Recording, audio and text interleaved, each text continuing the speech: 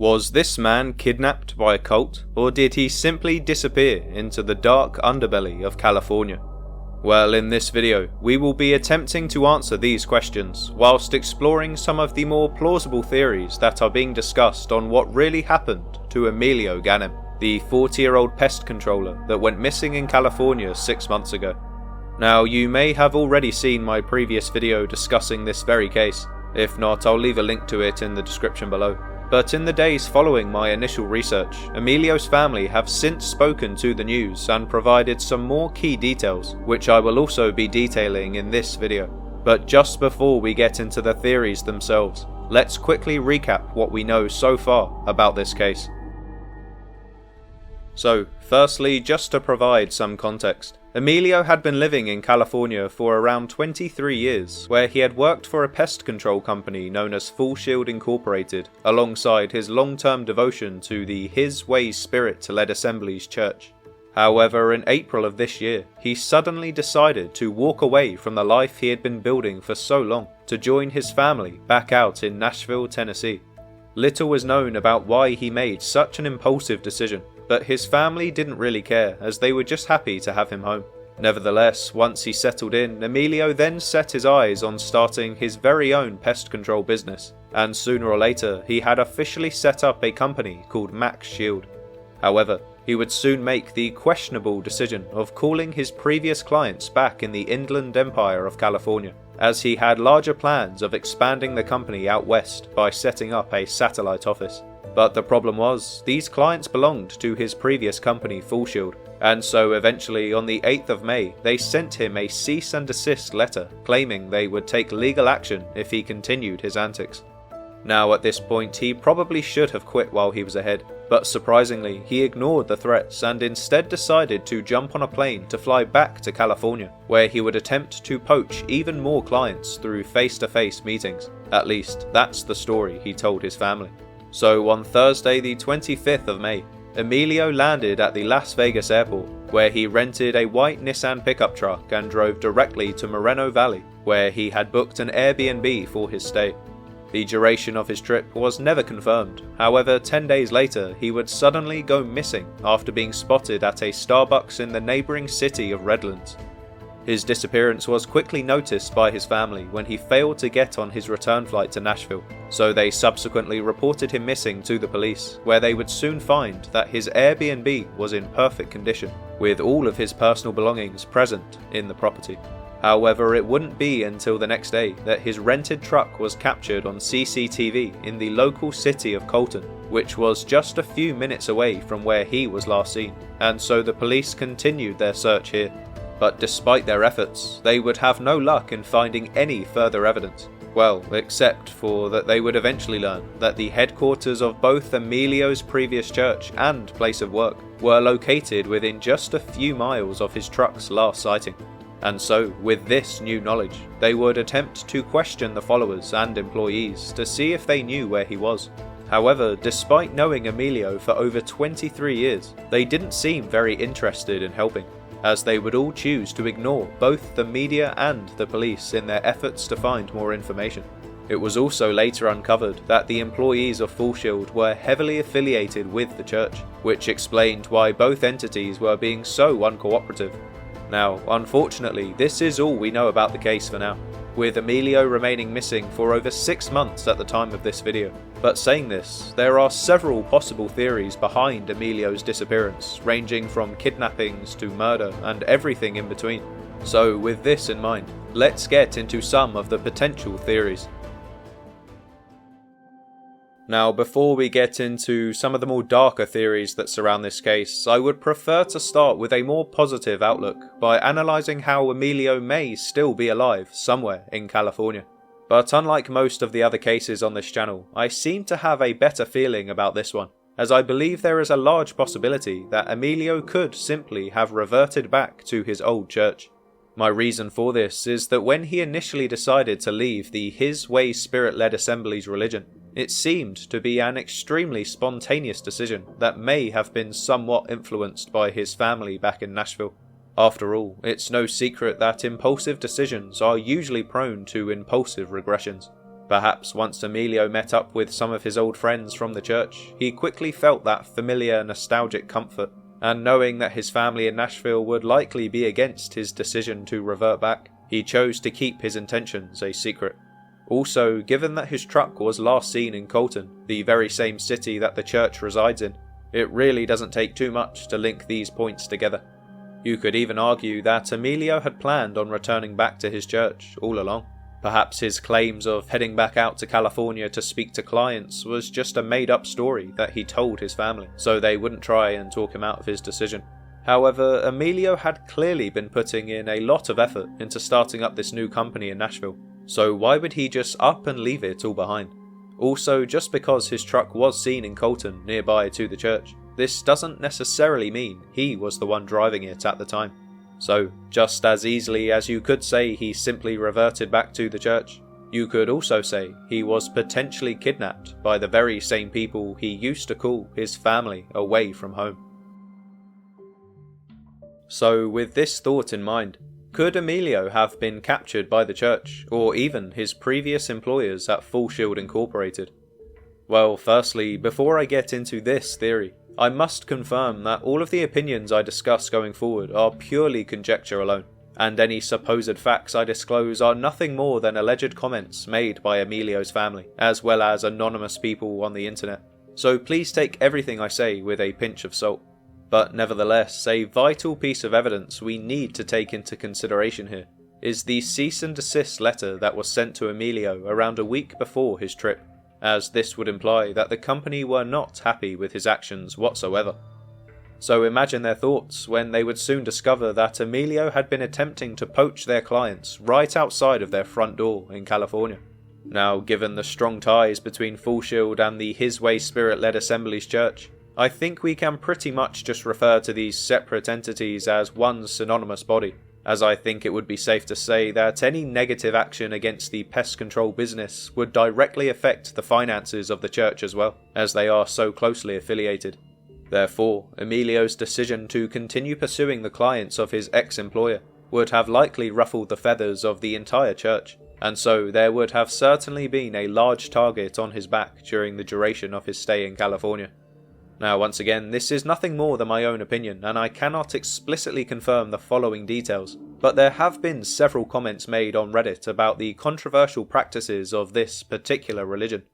I won't go into too much detail out of fear of receiving any legal action, but it would seem that former members are in agreement that the church takes a considerable amount of money out of the annual salaries of its followers. In other words, the religion would appear to be more concerned with its financial situation as opposed to its beliefs. Also, in addition to this, it's no secret that some churches are started with the sole aim of avoiding taxes alone, especially in California. After all, if you can tie a business to a church as a sponsor, the business's donations also become tax deductible. Therefore, you end up with two businesses siphoning money back and forth, avoiding taxes in the process and increasing the profits even further. Now, there is of course an argument to be made that the followers are aware of this and are still happy to pay.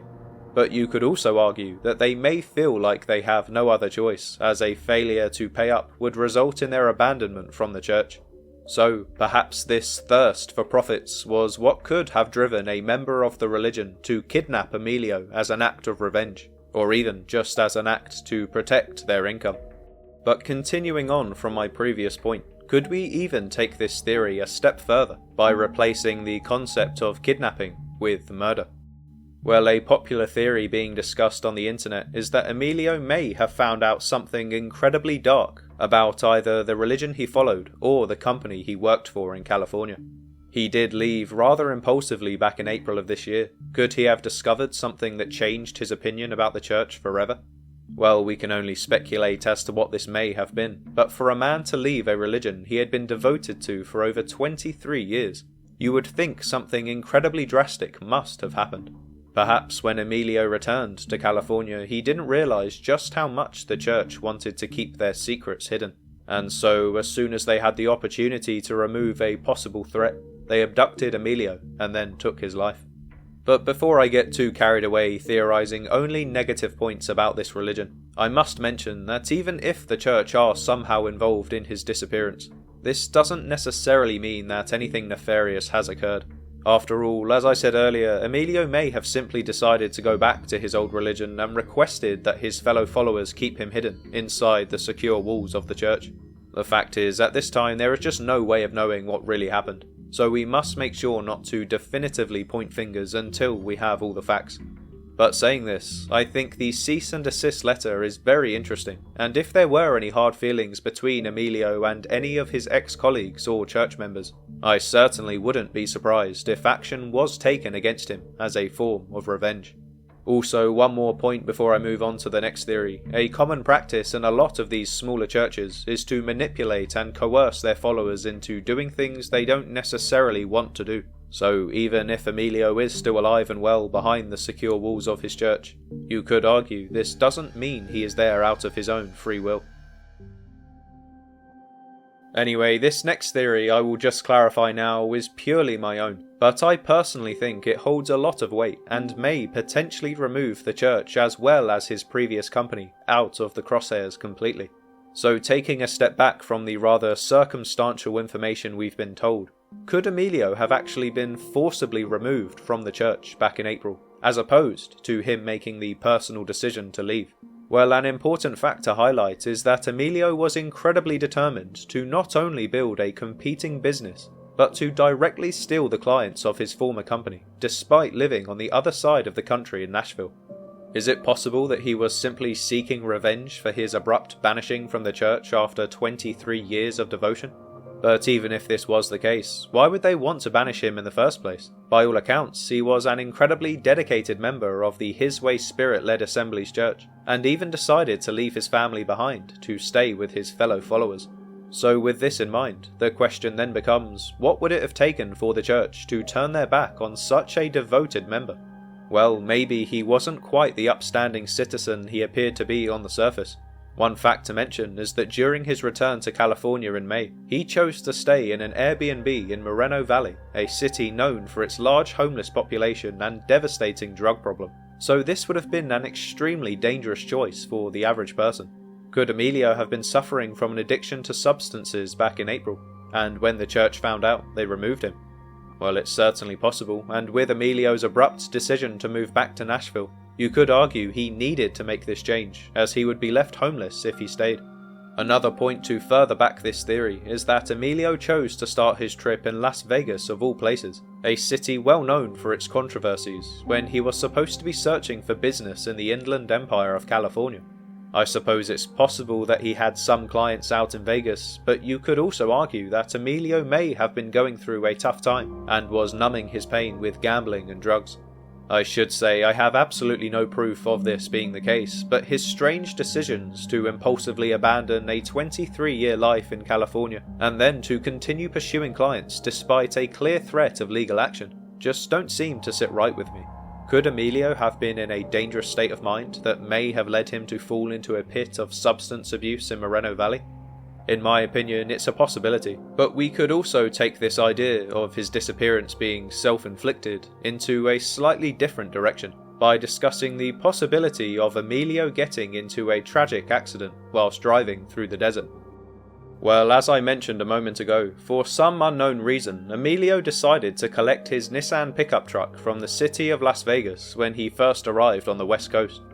Now, if Emilio did in fact have plans to meet with a few clients here, this wouldn't be too surprising. Although it's not the most admirable place in the world, it's certainly a popular destination for professionals to blow off steam. So let's say his choice to land in Vegas was genuinely innocent in nature, and we remove the possibility of any other theories we mentioned. Could Emilio have potentially got into some trouble when trying to drive back through the Mojave Desert to return his rented truck? Referring back to the timeline of events, he would have likely been driving back to the airport soon, as his trip was already coming to a close shortly after he was last seen. Perhaps his truck broke down while he was driving along the interstate, and after deciding to look for help, he may have stranded off the road and gotten lost in the desert. After all, this certainly wouldn't be the first time a tragic event like this has occurred, as I have personally covered several cases on my channel of victims who have gone missing whilst driving through the desert, such as Daniel Robinson or even Ryan Singleton, who was later found deceased with his organs removed. Just as a quick side note, if you're not familiar with Ryan's case, I suggest checking out his story, as it's extremely controversial to say the least, and to this day it remains an unsolved mystery, with his family still searching for answers. So I'll leave a link to my video in the description if you're interested, but to be honest, there are loads of great documentaries out there that I would certainly recommend as well. But anyway, getting back to Emilio, if he did decide to drive his truck through the Mojave Desert, there are several possibilities that could have led to his passing, such as dehydration, heat exhaustion, or even the wildlife. Of course, you could also argue that he may have fallen victim to a potential killer somewhere out in the desert, which would explain why his body hasn't been found in over 6 months. But this theory is already quite a stretch in my opinion, so I'd prefer to leave this one here until we have more evidence. Nevertheless, despite the relatively large wealth of information we have on this case, somehow the answers continue to elude the police. So unfortunately, we can only continue to speculate for now on what really happened to Emilio Ghanem. But hopefully sometime in the near future we will finally be able to get to the bottom of this mystery, so his family can receive the closure they deserve and so desperately need. Anyway, with that I think I'll leave this video here. But if you have any theories of your own on what you think may have happened to Emilio, please leave your comments down below and I will try to address them in the next one. But until then, thank you for watching and make sure to subscribe to the channel if you haven't already. Also, feel free to check out the videos on screen now, where I've discussed the recent cases of several other people that have also disappeared near California, never to be seen alive again.